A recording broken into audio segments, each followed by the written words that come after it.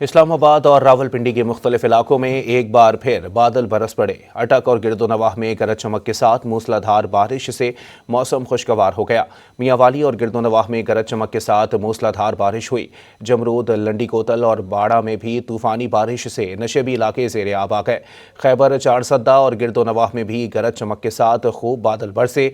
फतेह जंग, शाहपुर, कोट मोमिन, कालाबाग में भी बादलों की खूब घन गरज हुई। कराची में कल से बारिश का सिलसिला शुरू होने की पेशगोई की गई है।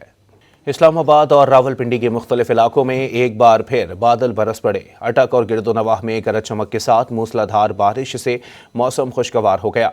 मियांवाली और गिरदोनवाह में गरज चमक के साथ मूसलाधार बारिश हुई। जमरूद, लंडी कोतल और बाड़ा में भी तूफानी बारिश से नशेबी इलाके ज़ेरे आब आ गए। खैबर चारसद्दा और गिरदोनवाह में भी गरज चमक के साथ खूब बादल बरसे। फतेह जंग, शाहपुर, कोट मोमिन, कालाबाग में भी बादलों की खूब घन गरज हुई। कराची में कल से बारिश का सिलसिला शुरू होने की पेशगोई की गई है।